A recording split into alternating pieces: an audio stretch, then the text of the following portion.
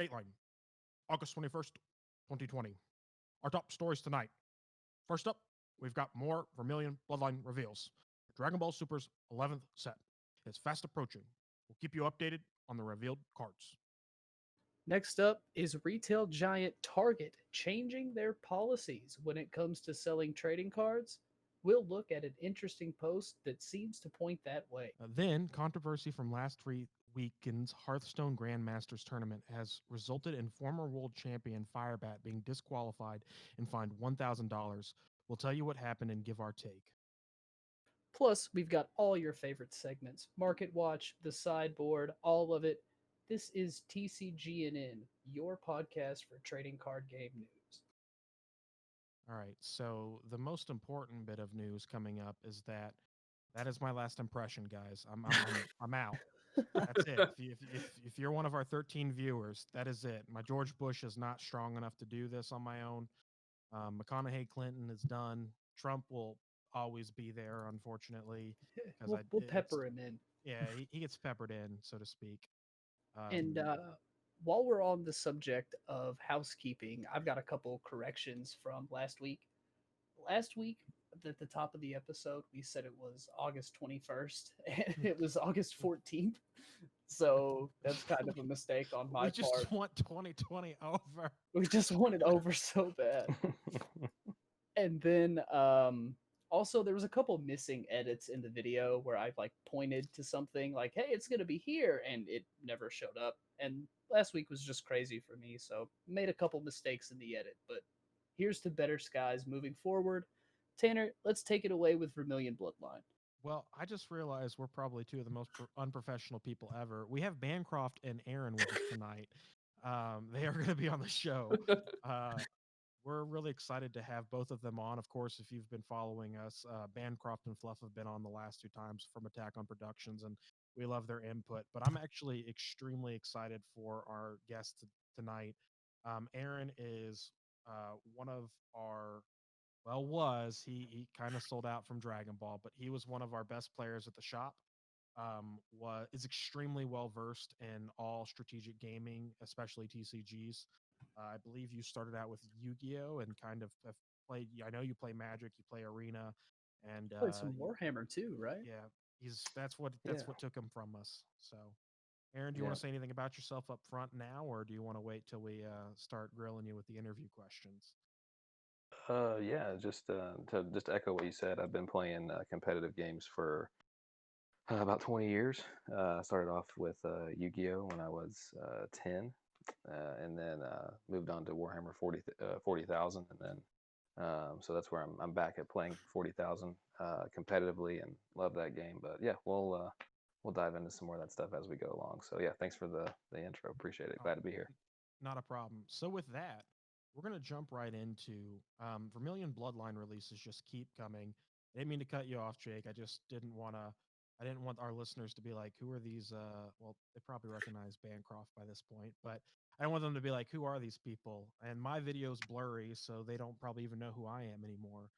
Um, At least but your sound card's not covering half your screen this time. right, I really worked that out this time. I wanted you all to see my pretty face, and my camera said, "No, don't do that to them."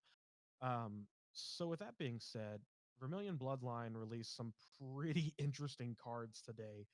Um, some really just I would just say aggressive cards. Like I remember, I think I even texted in the Discord group, the power creep is real. So we're gonna kind of go over those and just jump right into it. Do you want to start with your pick from the list, Tanner? Do you want to hear me rant for 15 minutes? Yeah, we'll get the long one out of the way. All right, yeah, let's get the long-winded sidetracking guy out of the way. So my two picks were the two unisons, and the first thing I want to say about these two unisons is that at first glance I thought, Bandai, what are you doing, you crazy psychopaths? You did it. You made Topo Lock not just a deck that Fluff dominates everybody with, but a deck that will single-handedly define the meta. And then it came crashing back down to reality. They made these unisons a 3-cost yellow. And the two unisons I'm speaking of are Son Goku Forever in Our Memories. And then this one, not so much with Topo Lock, but I think is really good, is Baby Resolute Avenger. Why I bring up Topo Lock is that his ability requires a specified 2-cost unison. And when I get into this, into Forever in Our Memories, you'll see why that just would have been absolutely dominating. But I think this unison is incredible. It's my favorite scene in all of the Dragon Ball lore. I think it's one of the best endings in any series ever. But I'm not going to go too crazy on that. What I really want to talk about is that it looks like they're really pushing 10K, um, or maybe not 10K, but skillless battle cards. I believe there aren't any skillless battle cards that are more than 10K that are a 1-drop. But it looks like they're really pushing that archetype with red. They're pushing that archetype with yellow. And I think that +0 ability is actually pretty strong. You just get 2 10K beaters that force your opponent into weird situations. And then the -2 ability right off the bat is just insane. It's basically a Nimbus on board. If your leader card is yellow, your opponent can only attack with battle cards once during their next turn. I, that's kind of incredible.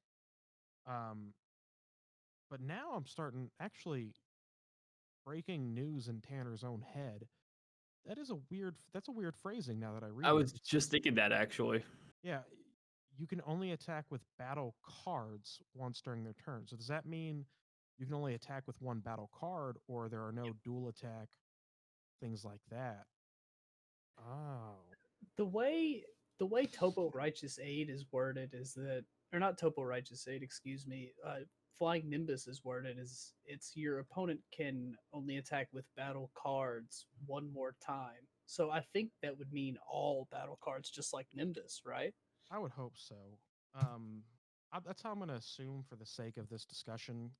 Otherwise, I'm just going to scramble around the rest of the discussion on this card or try to transition out of it. So if that -2 ability is a Nimbus, I think that's pretty incredible.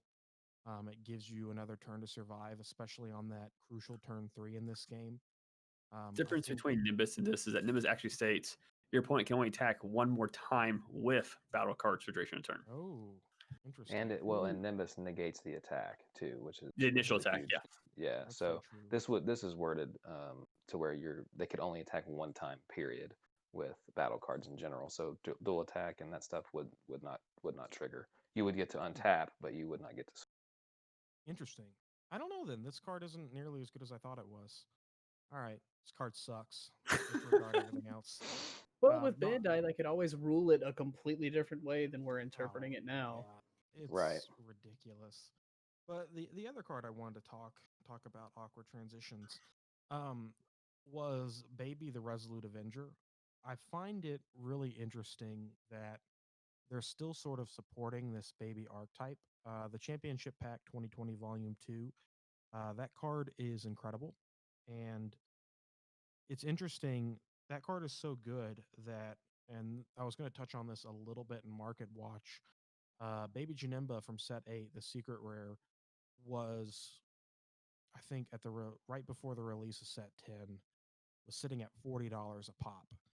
And you can ask anybody here. I believe in that secret rare so much that I almost bought 3 of them, because I think that secret rare is just inherently good.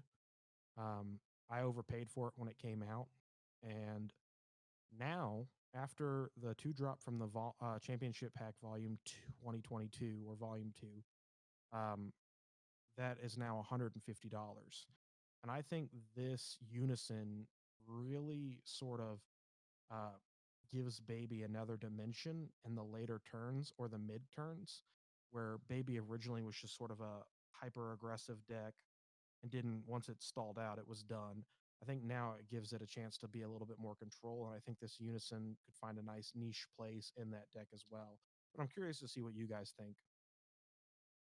I think Baby is positioned where there's a number of unisons that could be pretty strong in that deck, and you could choose this or Sin Shinron. I cannot say that name to save my life, and The red Jiren is also good, assuming you're playing red yellow baby.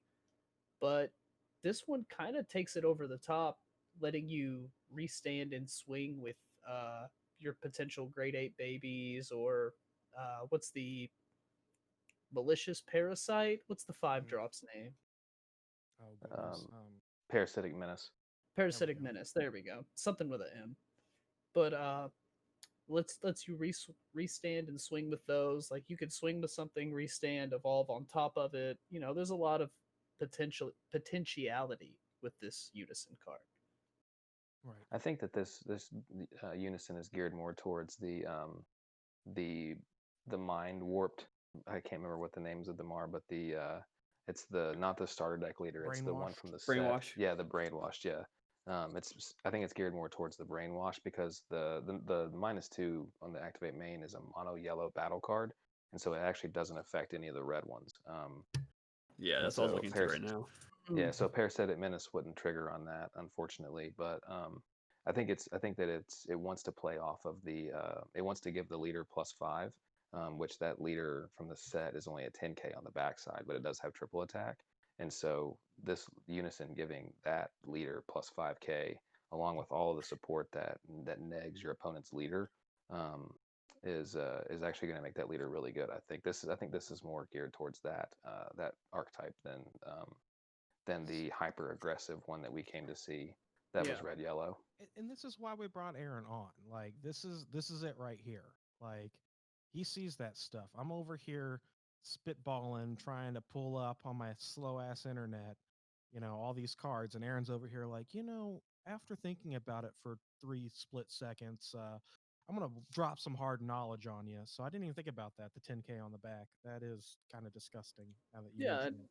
I should probably read a little bit more than I did. Read your cards. Wait. Did you just say read your cards, Jake? I think so. Okay. Boo, boo. No, we don't do that. Yeah, I just we don't pictures. we don't read the cards. Also, I don't have my headphones set up to the soundboard, so I don't know if the boos came through. But if Oh, they yeah. didn't, They were pretty They good. did. I was booing you.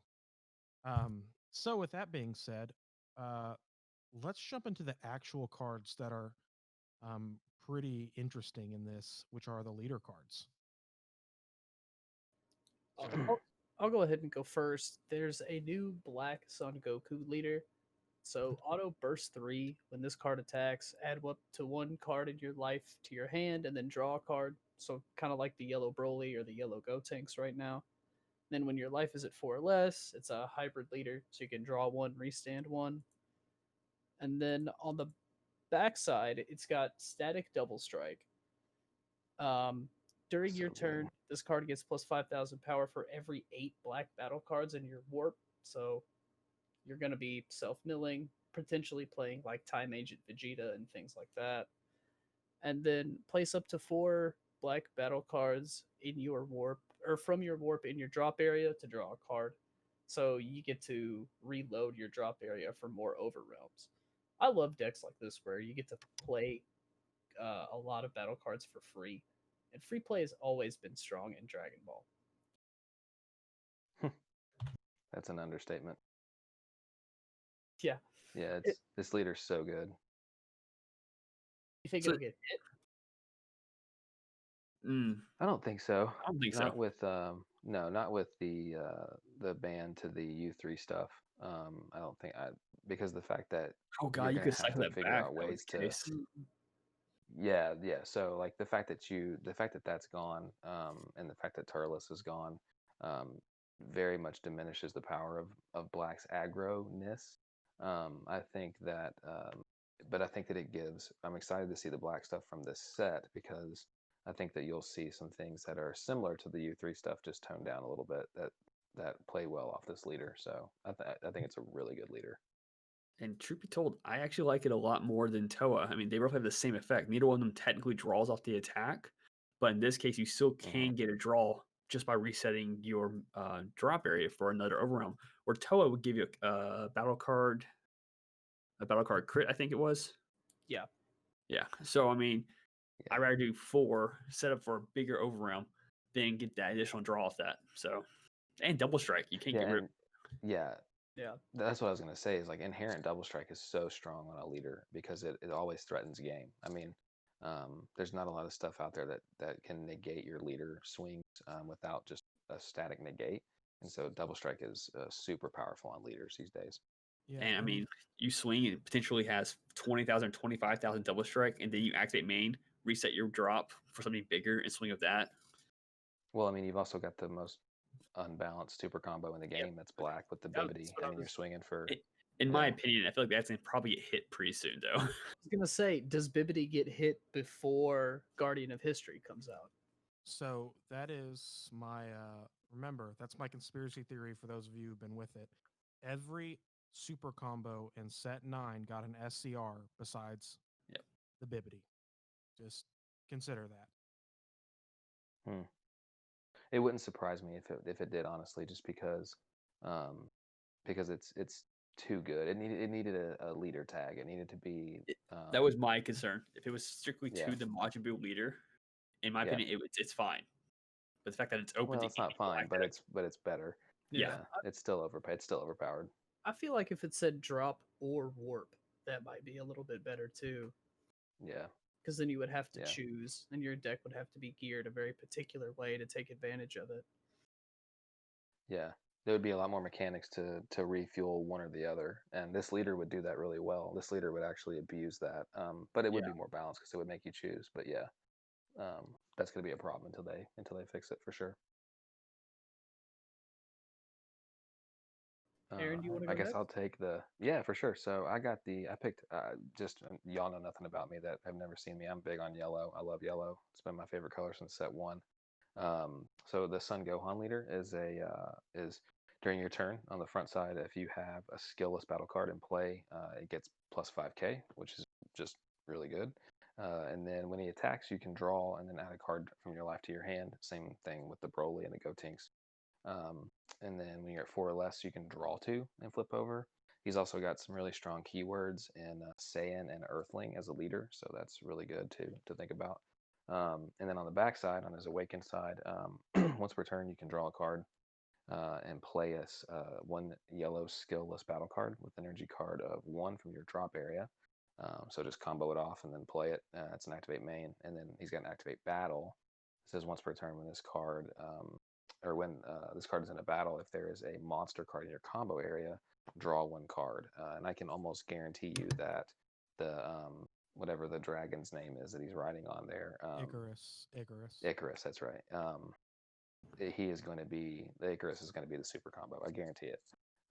So it'll probably be like a draw 2 with him on the super combo. But this card is really good. I think that this card is unique in the sense that it introduces a new mechanic to yellow. Yellow hasn't been part of the skillless chain since the 30k championship. Goku skillless card came out in 2018, I believe. Yeah, 2018. So the fact that this is going to be you'll see the skillless yellow decks, I think, is actually going to be really fun. And this leader is just inherently just good. It's also good for draft as well because it self awakens and draws. So just good card.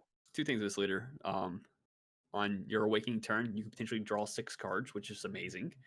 And second, there's a new special trait, Rider. So I'm really curious if they're doing anything with that by any chance. Hey, does anybody Rider, yeah, I didn't see remember? that. Does anybody remember what I said last week when we were talking about Magic the Gathering and companion cards? Yeah. I wish we might need to loop that in, Jake, because I said, hey, I really hope that Dragon Ball does a companion thing and Icarus is his companion. So I'm wondering if they're going to do something similar to that. I mean, they rip off a Magic all the time. It works. Yeah, but Magic's already confessed that the companion was a problem and they fixed it to where it's basically just unplayable at this point. So when is come on, you've been in it from set 1. When has Bandai ever cared about a problem? yeah, They're getting better. they let Cold Bloodlust remain at 4 of until a year ago. So yeah, that's a problem. I mean, come on, like okay. I want Aaron. I think the 4 of us need to do this as a segment. I think we need to the next big event that's not a Dragon Ball event, like a Magic event. or a Yu-Gi-Oh event, we need to take Objection, Cold Bloodlust, some of these like crazy cards, and walk up to somebody and be like, "Is this card overpowered?" and film their reactions and just Yeah. see how they're like, "That can't be a real card," and it's like, Yeah. actually, it is. And it's Yeah. it's like, what? Objection. But why is rampant growth banned in your game? Yeah. Yeah. Yeah. Yeah, there are several cards that they put out in Dragon Ball where I've just, you just look at it and several of those cards are on the ban list right now, and Oh, they yeah. all involve free stuff. yeah. So like Flute, when they Oh my spoiled gosh. Flute, all of us knew like what is this? And so yeah, it was Flute, Bardock, and Goten we all knew like, yeah, this is going to be banned like immediately. So, but we'll see. I don't know. Yeah. Sometimes they take their time. Yeah, they're really hit and miss, but we love They them. have gotten better. I'll tell you, they've gotten a lot better since the early days. That's for I sure. agree. The early days were, getting cell chained on turn 3 and 4 for a year and a half was not fun. So I mean, Gogeta 7. I mean, I just that's a card that I feel like, hey, this card can be splashed in almost everything. Do you think it's overpowered, guys? That's going to be my favorite one to do. Yep, that one might actually elicit a reaction. But Gogeta 7.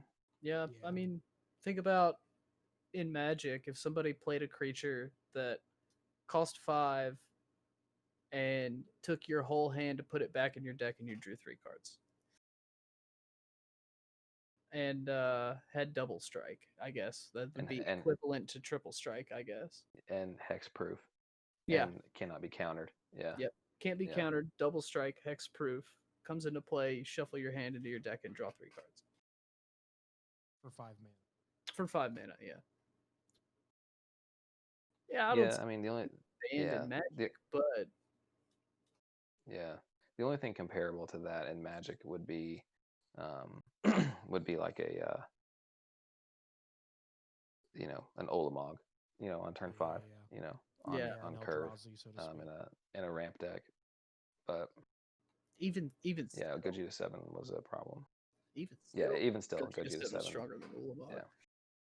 All right. Yeah. So, Yeah. oh, go ahead. I didn't mean to cut you guys off. I was just trying to be the taskmaster. No, I was just gonna say people were comparing that new Vegito to Gogeta. It's like, oh, this is the new Gogeta 7. It's like that card is No. Gogeta 7. It's not even close. It's not even in the same arena. It's not.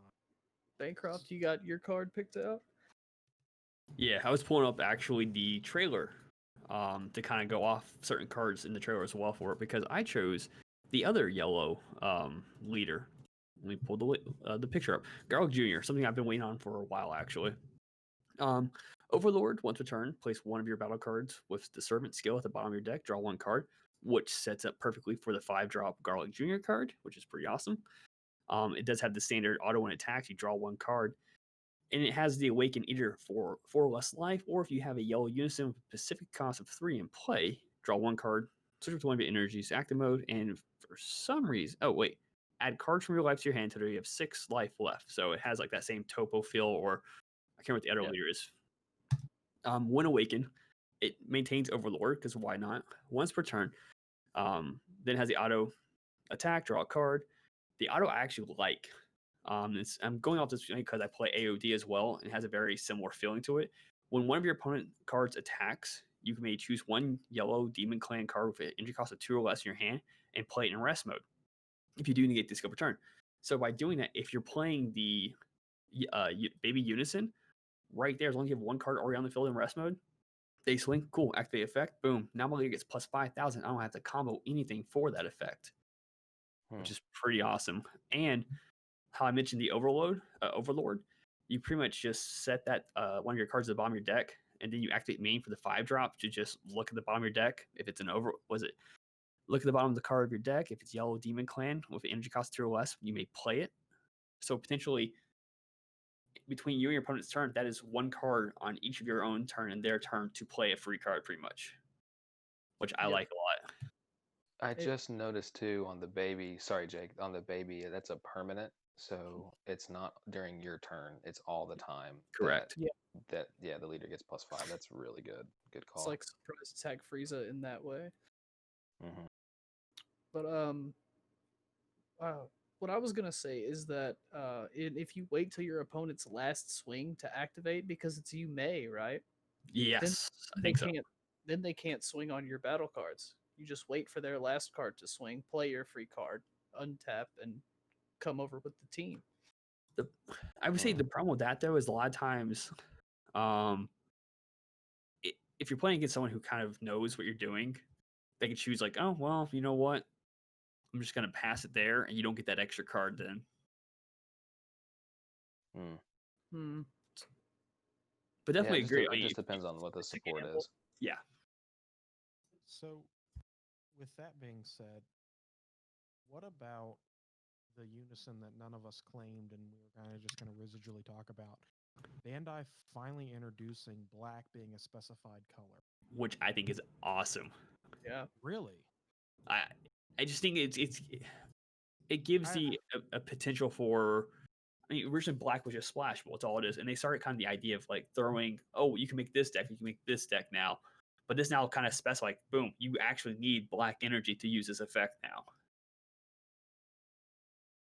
I think that it makes the card even more unplayable than it already is. I think that having to spend energy and then spend energy again, so you have to play this card. It has to survive a turn, and then you have to activate. You have to spend 4 more energy to just do 1 damage.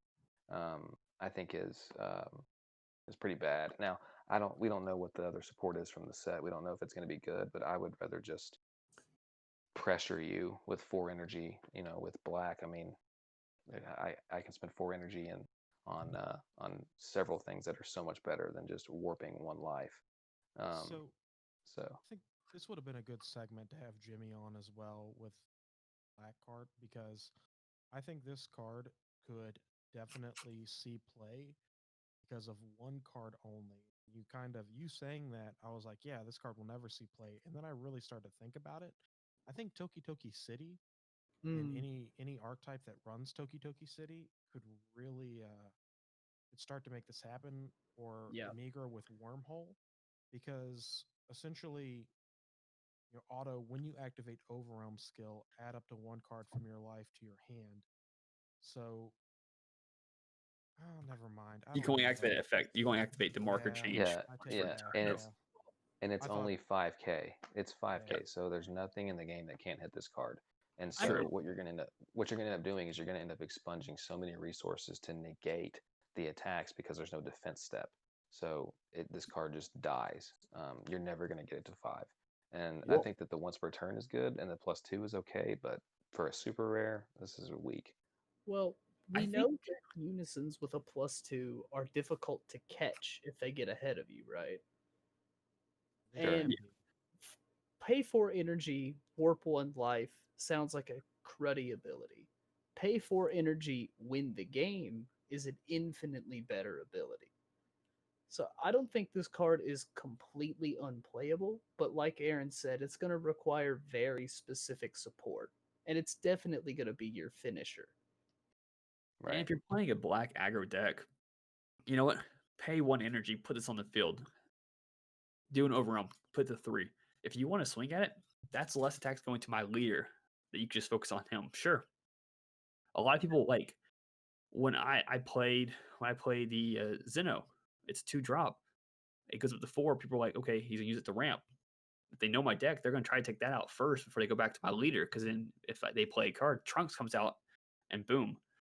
But I will say, they've already shown that red has a lot of stuff. I think green as well. That just throws markers on unisons now. I'm sure black's gonna have stuff like that too. So but if you are playing an aggro deck, then you don't have the energy to do that. Like you can't cross, build in black. You have to go one way or the other. For sure. I think that's where this card suffers, is the fact that, okay, like you're running probably 4 negates and power burst, if that, and so you're gonna you'll have power burst open, but what other negates or blockers are you gonna have in an aggro deck? I think that this plays more to the Black Mass Saiyan that wants to put 20 Saiyans in the drop. with that leader and deal damage without having to swing. I think is what this is kind of aiming at. Which I think it does. I mean, that is a pretty cool. I think I do like that archetype. I think it's a really good deck, but It needs help, but yeah, it it's needs cool. help. Yeah. The other one, and I kind of want you all to check me on my thinking here again. The Sun Gohan Unison. It's +1. I feel like. Do you think that could really trigger some of Vajik's Unison or Union Patora abilities? Because it says place 2 black battle cards from your warp into your drop area, or is it kind of like Time Regulator where it helps you cycle things back in? I, I I think think it's it's more good. like Time Regulator because a lot of the Mm, Patora stuff requires you to fuse from the warp and not from the drop area. yeah, yeah, I think that's true. And then of course he has the once per turn when you activate Overrealm, add a marker, which is really strong. I think that is a unison for the Demigre leader, because you want to pay 2 energy for this, and then awaken, and then Overrealm twice, so that he goes to 4 markers, and then you want to do the -3 on it, and then attack like 6 times, and just win on that turn. So I think that's what this card wants to do, at least from looking. I Fair think enough, that's fair enough. everything. We didn't talk about Dark Broly, and I don't even want to give Well, it it's the time of trash, day. so Always we don't talk need to. about Dark Broly. Don't play Dark Broly, guys. There we go. Moral of the story. That's either going to age really well or really poorly. Really, watch it age very poorly. Of course it will. So with that being said, T minus 39 days till set 11, because who wants to enjoy a meta? Right? Yeah. I mean, you can't. I don't know. With Yeah, the post office the way things are now, by the time you get your cards, it's gonna be not meta. That's right. Guys, I just got my Yonchas at 100%. Yeah, that card sucks again. Yeah, that was good for 2 weeks, but sorry. It's like, when did you lose my package, mailman? Did you lose it a week ago or 4 weeks ago? If you lost it 4 weeks ago, it was $100. If you lost it a week ago, it's 2. Like, Yeah, that's frustrating. yeah, honestly, that's a big part of why I'm kind of backing off on the collector's aspect. I used to be a guy who wanted to have every card, and now I'm sort of like, it's hard to drop $800 every 3 months on a case.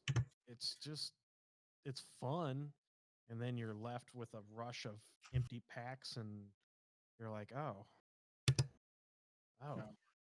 But with that being said, yeah. With that being said, let's talk about talking about buyer's remorse or wanting to return things.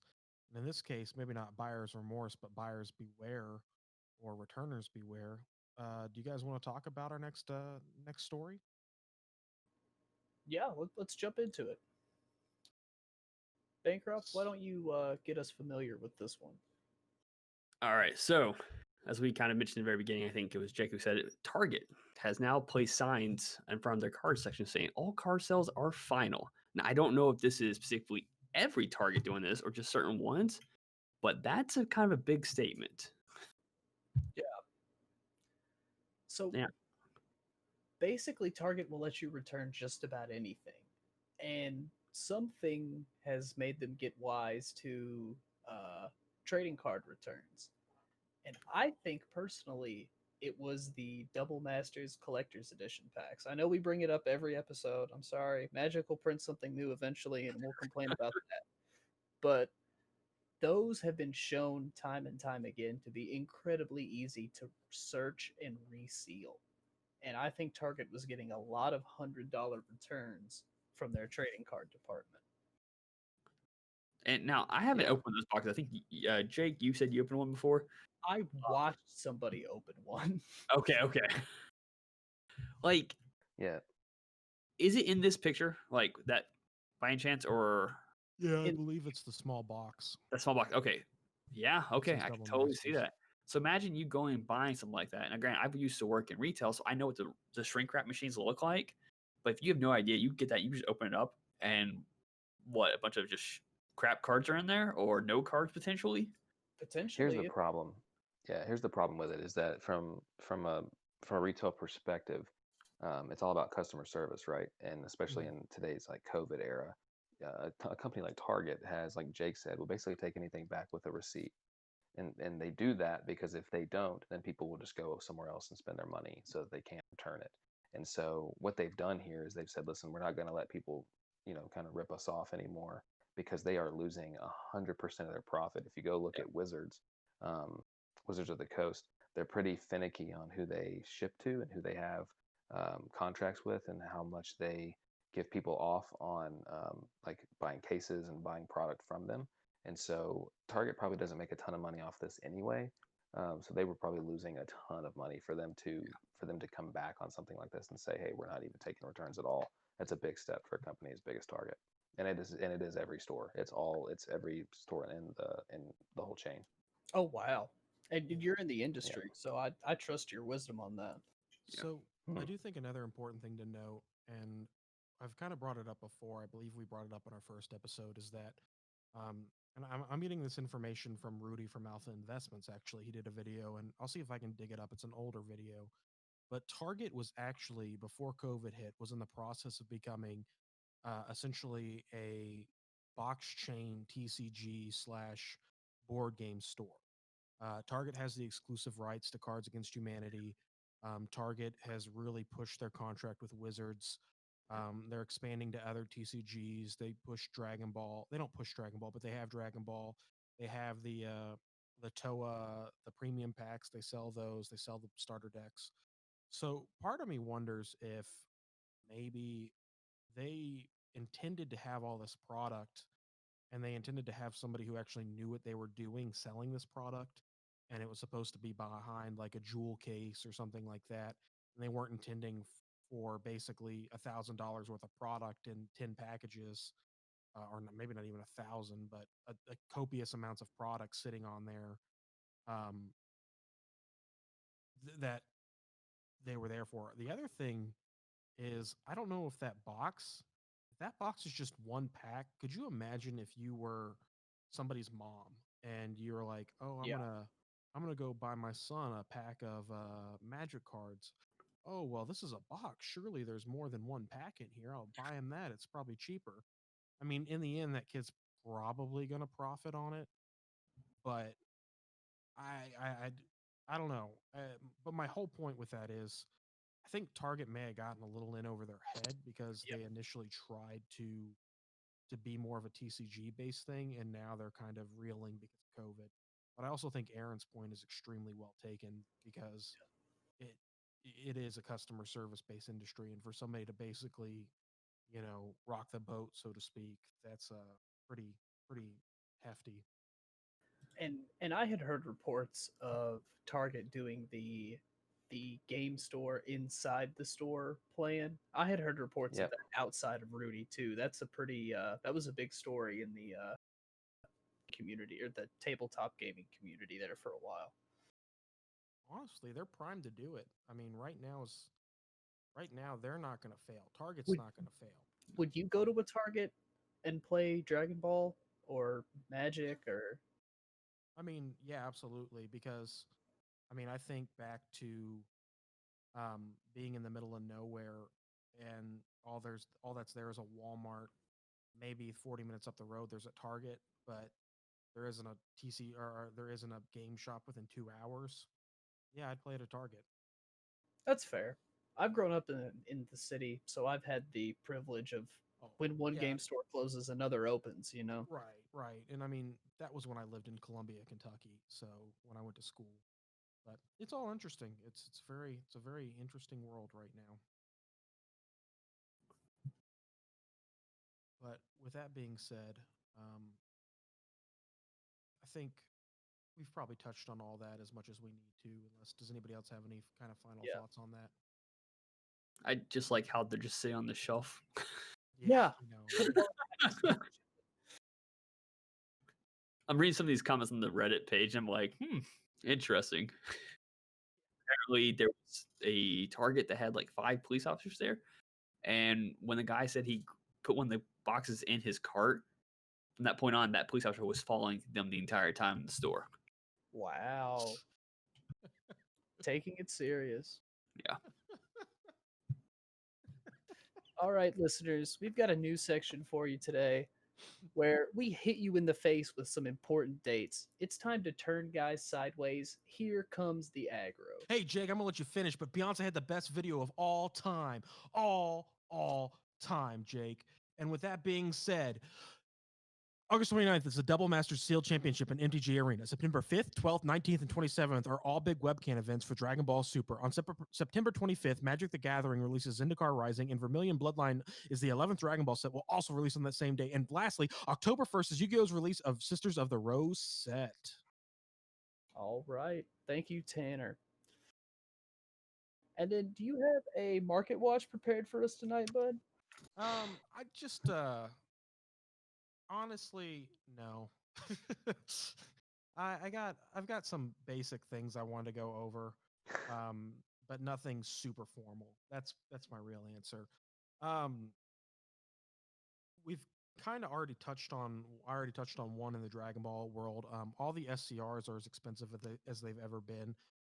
Broly and Boo from Destroyer Kings have not dropped. Broly's are always sort of hovered around the 200, 250 mark. Boo is still a $230 card. Lowest listings on TCG, lowest listing on eBay. Baby Janemba went from $40 to $140, so that's a huge uptick there. All of the set 8 secret rares have seen a large uptick. Victory Strike is starting to settle back down to the $500 range. You'll still see some listed for 600, 700, but at this point, those prices are more about card quality and less about the card itself. Those are those kind of the Rudies of the world who are looking for sort of an investment type deal. Graded cards. Right. Draftbox 4 stuff. You finally have seen, I think, the anniversary box bring Equilibrium to the market. Raiders Warcry and the Goku Ape. It's really interesting. Both the Draftbox versions are still really expensive. Raiders Warcry from the Draftbox is $45, but the reprints on non-foil are $11, and the foil is only a little bit more. The reason I They've bring gone this down. up, yeah, the reason I bring this up is now Draftbox 4 art has become more or less the flex, so to speak, the stamped card, so to speak. It's the alt art of the Dragon Ball. Right, exactly. So your rares that were the dual colors have now hit equilibrium on both alternate art and regular. Goku apes are still 150 a piece. That's just going to be that way till we have more events. It's ridiculous. As far as the Masu Deity's Wrath, it's $90 a piece now. Just wait for that card to go away again. It'll go back down to $12 a piece or $25 a piece. I know, Aaron, like every time I think about that, it's ridiculous. That card's Hand not. Control is so popular for whatever reason. I mean, because it's a lot of fun to play as a player. So set 10 is still holding a little bit of value, surprisingly. Force of Will dot Trunks is still expensive. Bunny Bulma is a $20 card. Dormant Potential is a $20 card. Gogeta is still in the $200 range. Bardock Ape or Black Mass Sand Bardock Ape or whatever he is back over the $100 mark. He's the most expensive he's ever been right now. Right, yeah. Great card.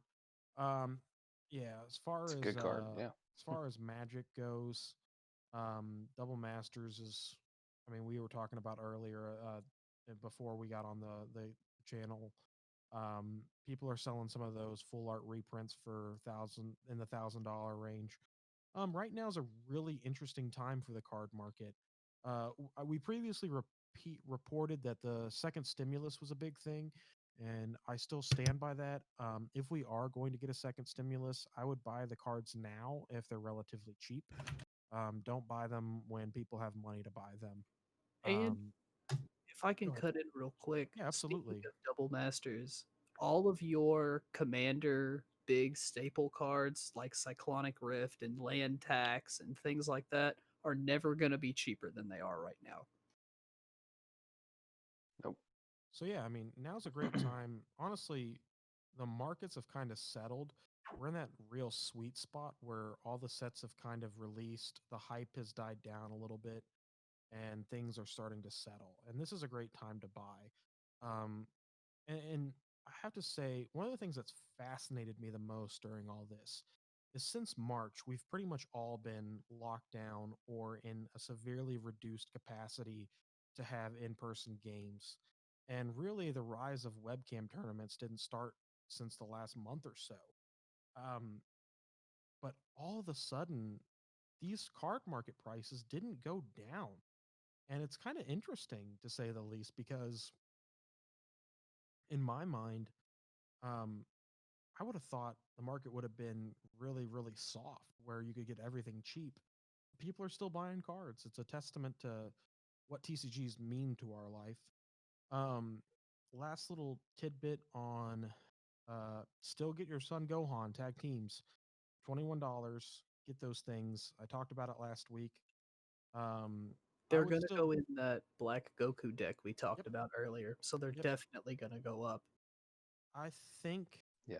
Tag Team Trunks is a little bit overpriced in my opinion, but that card's incredible, and I would get him at $26. All Um, day. Goku, or I'm Buy them sorry, all. not Goku. Piccolo Assimilated Ability, 25 apiece. Aaron and I love that card. I think it's really good. Great card. I think it's going to be good again. Does It it have wouldn't hurt. It It does. does. It Ooh, does.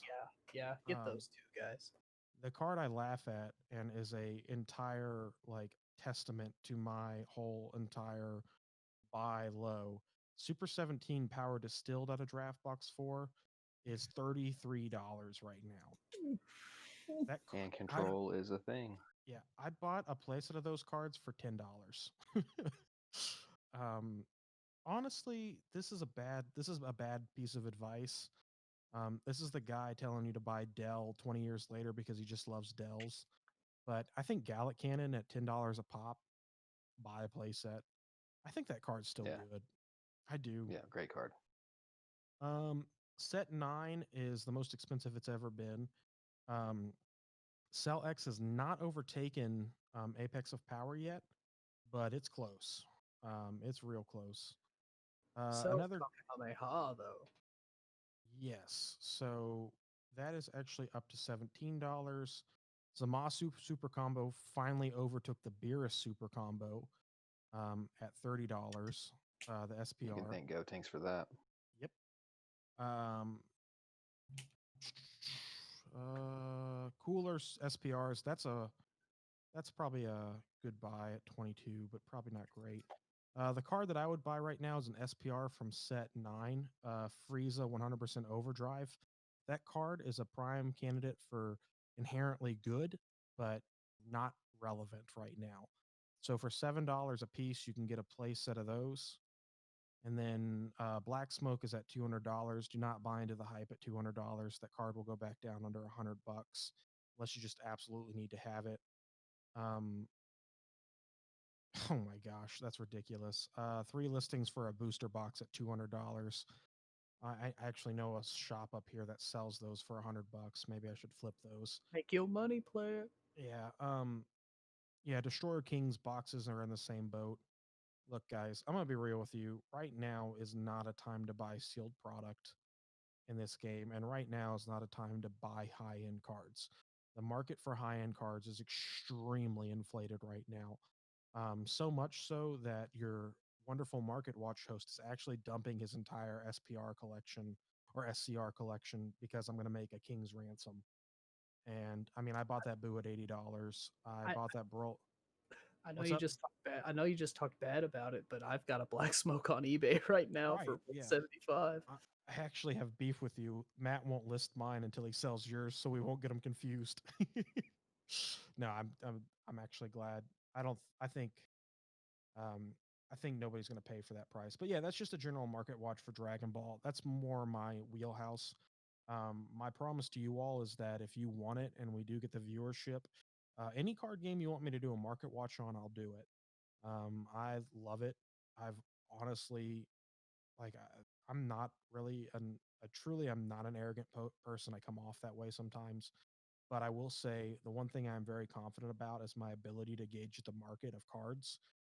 I have an entire walk-in shelf full of board games that I purchased all on flipping Magic cards back when I played Magic.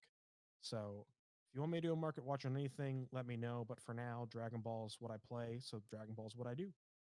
And my market tip for this week is if a card is really, really good, don't buy it while it's really good. Pretty common sense piece of advice, but a lot of people need to hear that, unfortunately. Buy it because it's good, not because it's popular, right, Tanner? Right, exactly. Yeah. Yeah. One day I'm going to get my sound effects for Mad Money. Buy. Like it's coming. So, and the bull and the bear. So, with that being said, Do you want to you jump wanna- into the Firebat thing? yeah, let's do it. All right. So, for those of you who may not know, Firebat is the former world champion in Hearthstone. And over the weekend, he was in a Grandmasters event and he was disqualified from his semifinal top 4 match. And I'm just going to go ahead and read an excerpt from this article on Hearthpawn, and we'll hear what happened. So Firebat was disqualified from his semifinal top 4 Americas game for failing to show up on time for his match with Muzzy, which happened an hour ahead of schedule. He was apparently also fined $1,000 for not showing up on time. Firebat had played a game 5 hours before schedule, so 5 hours ahead of schedule, the previous night, and his opponent in that match, Bloodyface, said, "Not gonna lie, if I beat Firebat yesterday, I would have probably overslept too. America's has the most valuable time schedule since we depend on everyone else to finish. Hope we can find a better way to accommodate these scenarios in the future. Disappointed emoji." So Yeah, I mean yeah, that's he was late to a game that happened before it was supposed to happen, and they DQ'd him and fined him $1,000. yeah. For a game that already has subpar pricing as it is, and when compared to the player base and the amount of people that Yeah. watch that game, it's for a guy like Firebat who's been relevant for years. And a caster before, right? Yeah. That's there's yet another mistake that Blizzard has made when it comes to Hearthstone. It's not Right. And that's something that I think we're running a little long on this show, I think.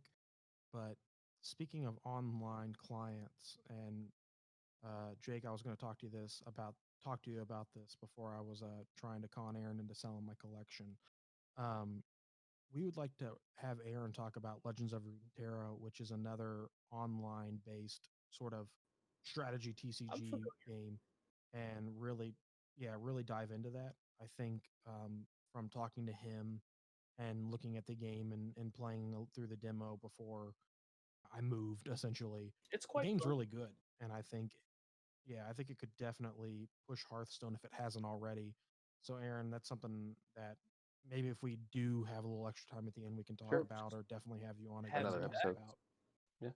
We can just have Yeah, him yeah. back for it. But I think I'm actually going to use brevity here for once. My only thought on the Hearthstone thing is that I think we're still in this world of e-gaming and esports, kind of figuring out the etiquette and the ways of doing things. I mean, esports has really cemented itself as a real thing. I mean, the University of Kentucky created an entire program for it, but we're still learning. And I think Blizzard's is unfortunately paving the way on how not to behave. So those are my thoughts. Yeah, Bancroft, you agreed. got any input on the Firebat thing? You're muted, bud. I knew that. I was just testing you. Gosh. I've been having to go off and on mute. I do apologize for that, guys. Yeah, you mentioned earlier he was an hour late to a match that was an hour before. Did they Yeah, ever so explain why that happened or what happened there? Because I I don't see it here. I guess what happens is if your game is ready early, it fires early. And from the looks of the flags next to the participants, people were all over the world. I see Yeah. South Korea, China, Europe, Canada, US, Australia. Like there's people all over the world competing in this event. Frankly, the amount of times I spent waiting in the server for Hearthstone to load up is probably far more than an hour. So they have no right. Yeah. But his opponent was from America. Apparently. So that's what I'm trying to figure out. Like, I guess what happened was is he was up late the night before playing and overslept. Eh, I don't know. It's a yeah, mess. Blizzard has never been very deft with their handling of things like this. Yeah, not good. Well, that's it for that. Tanner, do you want to wrap things up with our interview of our special guest tonight? Right. Yeah, I do. Aaron, I appreciate you coming on and spending the time talking about Dragon Ball and everything else. Um, I know you've probably got to hit the hay soon. You've got a family and everything, and I've got work, but I really do think this is the most important segment of the night. So I hope you'll stick with us for a couple more minutes and go over this. So Sure. uh, we kind of talked about how Aaron has been playing TCGs for the longest time. And I'm going to go with a very broad question right off the bat, but what is your favorite thing about the trading card game or the trading card game experience?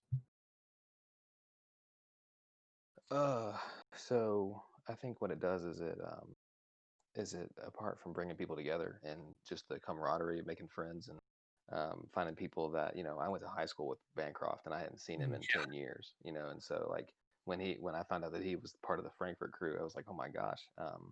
But I think that just from the competition standpoint, most trading card games, other than the Pokemon trading card game, have a lot of interaction.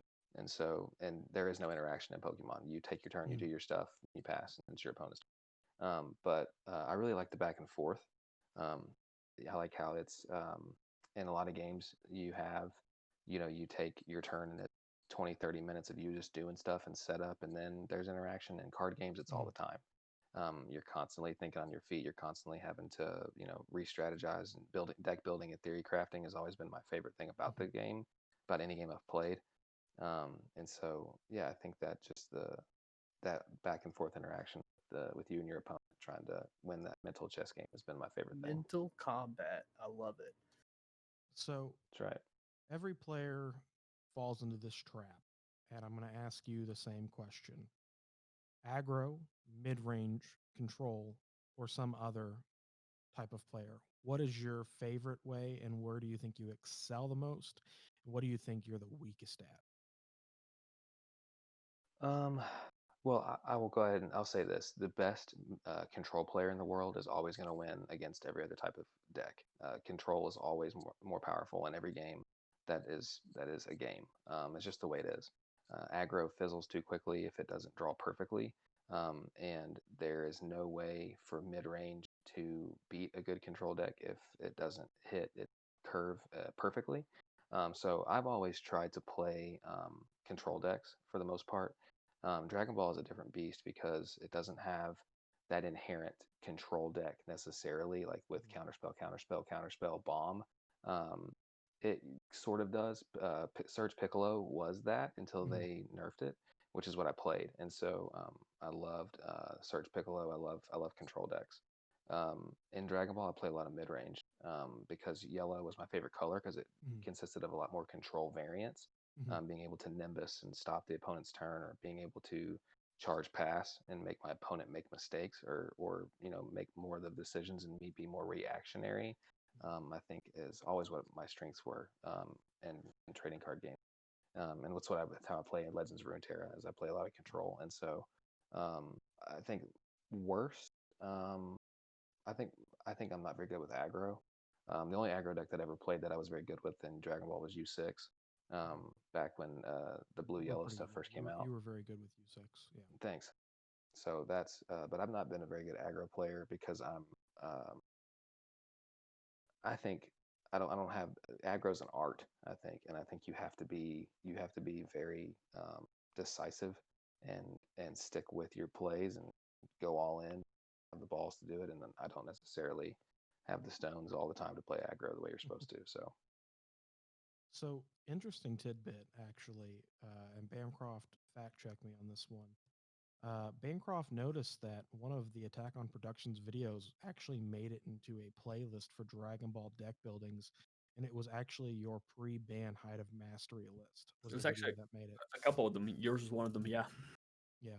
What was So it? your pre-ban Height of Mastery. Well, yeah, a back- year ago or something like that. yeah.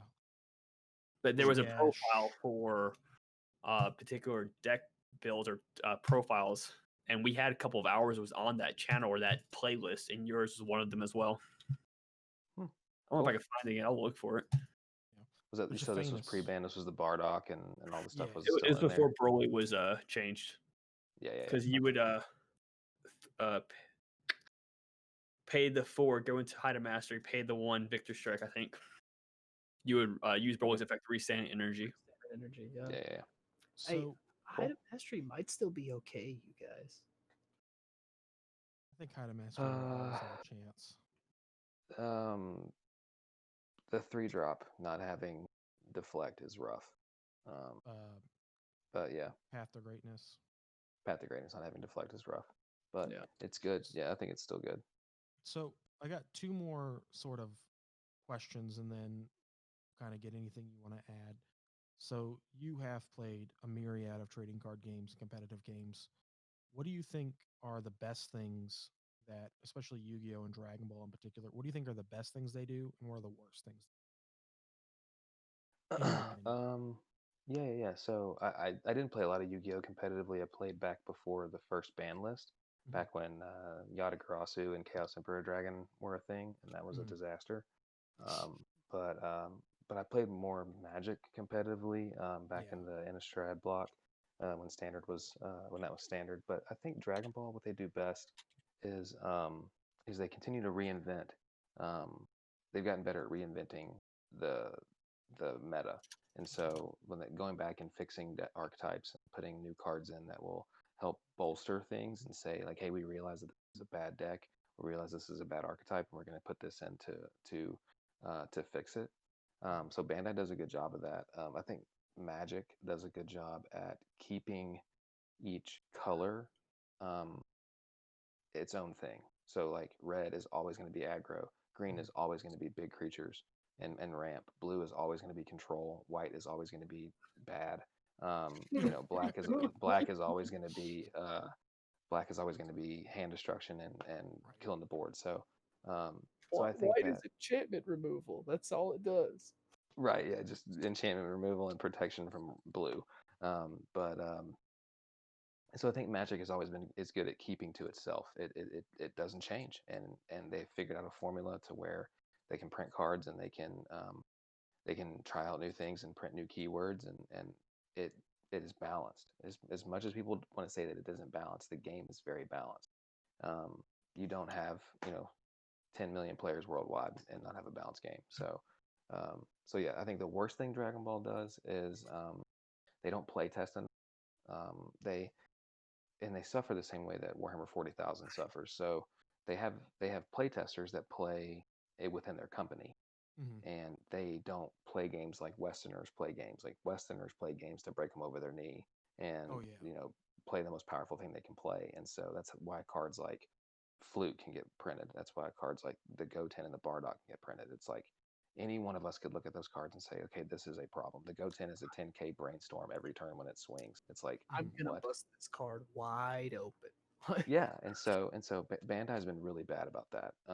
They've gotten a lot better at it, but they still those U3 cards should never been printed. And it's like, Absolutely. how many times are you going to print cards that are free, that are more powerful than they need to be before you realize this is a problem? So that's the worst thing that they do. I think that Magic, the worst thing Magic does is they react too quickly to things. I think that the Oko ban back when Throne first came out was a problem. They didn't need to ban it in every format. I think it was a problem in Modern. I think it was a problem in Pioneer. I don't think it was a problem in standard. You know, so the only reason it got banned in standard is because everyone was playing it, and that's why it got banned. But it was a problem in Pioneer and in Modern. It was a problem in Vintage too, which is hilarious. People but were getting beat to death with food tokens out there. Right. Yeah. I mean, it's but maybe, and the problem with Magic is they don't errata anything. Like they don't fix the card. Like all they would have had to have done on the Oko, for instance. You can look him up, Oko the Trickster. Just look that Planeswalker up. All they would have had to have done was make his +2 a -2, and that card is fixed. That card is 100% fixed. It's still amazingly good. It's still in a 4 of in every blue-green deck. Is not broken. That's all they had to do, but they won't fix cards. They just ban them. That's a problem. So that's my 2 cents. So I do want to say I want to bring you on for another segment that Jake and I have been brainstorming, which is the life of a competitive player. So in that instance, we'll probably ask you like, how do you approach a meta, et cetera, et cetera. But we're going to save that for another segment. So I've got one superficial question for you, and then I've got my last question. My superficial question is, what is your favorite card of all time? In any game? Any game ever? That's a big question. Angel of Serenity. Yeah, Angel of Serenity is a mythic from the Return to Ravnica. No. Yeah, Return to Ravnica. It's a 4 and 3 white.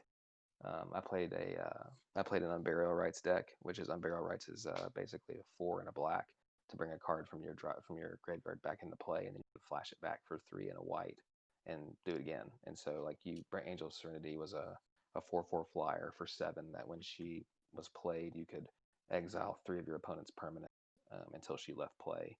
And there was a way to chain her with another card called Restoration Angel, to where you could exile your entire opponent's board over and over and over and over and over again. Surrendered. So I think Angel Serenity would probably be my favorite Magic card, at least. Dragon Ball card. I can't get. I mean, it's always going to be Height of Mastery. Height of Mastery was my jam when it came out, and I just like Bancroft. We always talked about. I wanted Lineage to be so good, and Lineage is so bad. Box 6. Hang on. So I think Height of Mastery. That's right, yeah. So Height of Mastery would probably be my favorite Dragon Ball card of all time. All right, and then the question. Won a lot of games with that card. Oh, absolutely. I remember. I remember when I drunkenly bought Victory Strike and I put it in the deck and asked you to teach me how to play that deck. And watching you play it made it look effortless, and it made it look so succinct.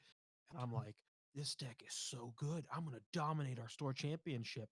And then like I play it and it's like a clunky, middle schooler learning how to play the violin the first time. And it's like, and I'm just like, well, Aaron made it look so easy. Like it was a tragedy when I played it, but you made it look like an art form. You made it look effortless. So this was the last question, the one I kind of told you to think about before we start the show, and it's what's the best piece of advice, or what's the best sort of competitive piece of wisdom you could pass on to somebody? Sure. So find something and stick to it. Don't bounce around. Find a deck and play it, and get good with it. If it's something that if you want to be hyper competitive, then stop complaining that your B tier leader isn't hyper competitive and play an S tier leader and get over it. But play it and play it well and get good with it. If you want to play and be good, and you have to play with good people. And in order to play with good people and win, you have to play good decks. And so stop complaining that your Majin Buu deck isn't your Majin Buu deck from set 6 isn't good, because it's not good and it's never going to be. Play whatever, but find something and stick with it, and stick with a deck that is good, and play it and play it and play it and play it until you know exactly what your plays are going to be every turn, and you know what you need to draw, what you want your life to look like, that sort of thing. And once you master a deck, then potentially move on to a different deck, but build a deck and play it. Okay. Awesome. Well, thank you, Aaron. I really appreciate you coming on and taking the time to join the show, and then letting us sort of interview you, so to speak. Sure. Jake, I got a question. Did we get time called on us by the judge? Do we have time to even do a sideboard, or We can are touch on we it real quick. It okay? doesn't merit too much discussion, but it is this insane infomercial I saw. Oh, welcome to the sideboard, by the way. Oh, welcome to the sideboard. I need my heart music. Yeah, Whatever. We'll keep going. it's fine. Yeah, But yeah, yeah. this is an insane infomercial I saw. If you guys have time, go look up the infomercial for Chess 2020.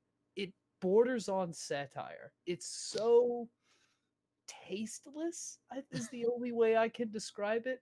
And the people giving the presentation trying to sell you this chess set are so excited about it.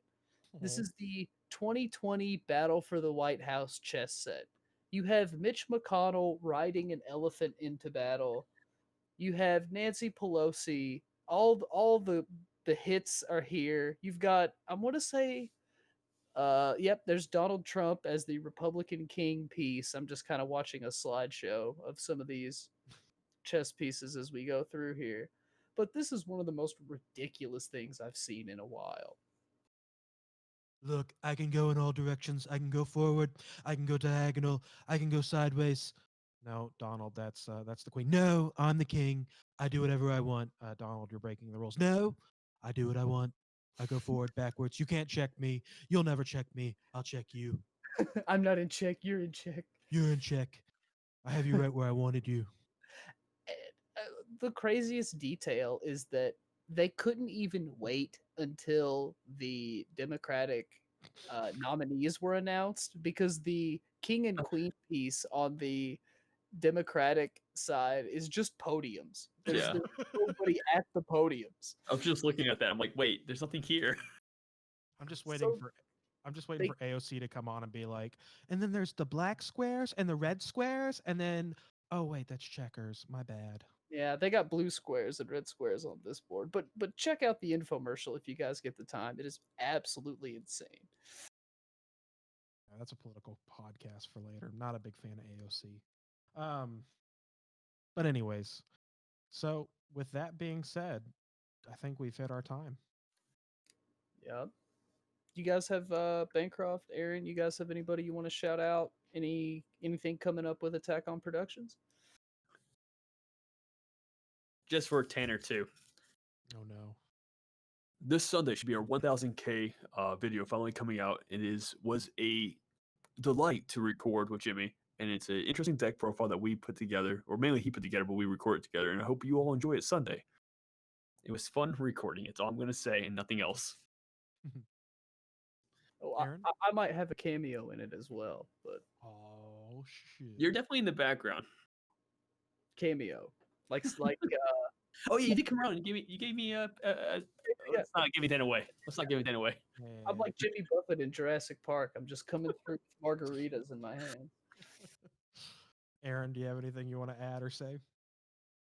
No, it's super cool to jump on. I think it was fun. I'm excited about talking about trading card game stuff on another episode. So looking I forward will to it. say, Aaron is actually the reason why I started playing more competitive. This guy over here Really? beat me with Exodia Ooh, back in high school. ooh. You also, I think, Yami locked me too. And that Yeah, I didn't play Yada Lock was competitively. fun. I just got cards with my buddy and we just played. And I went to one tournament before that, got beat by the whole ogre and the Tau card, whatever. And then played high school a couple matches with you. You equip the one battle card to the other one, and that way when you swing, he doesn't go to rest mode. Yeah. Yeah. But that was when I started thinking about differently on card games. So Cool. And then Frieza Prism Well. was born, and we're all Hey. still listening to. I currently don't have one built. All right. With the anniversary box support. Anyways, all right, Jake, take us out. Take us out. Aaron, thanks for joining us. Bancroft, thanks for stopping by. I'm Jake. That was Tanner, and we are milling out. Thanks for coming by, guys.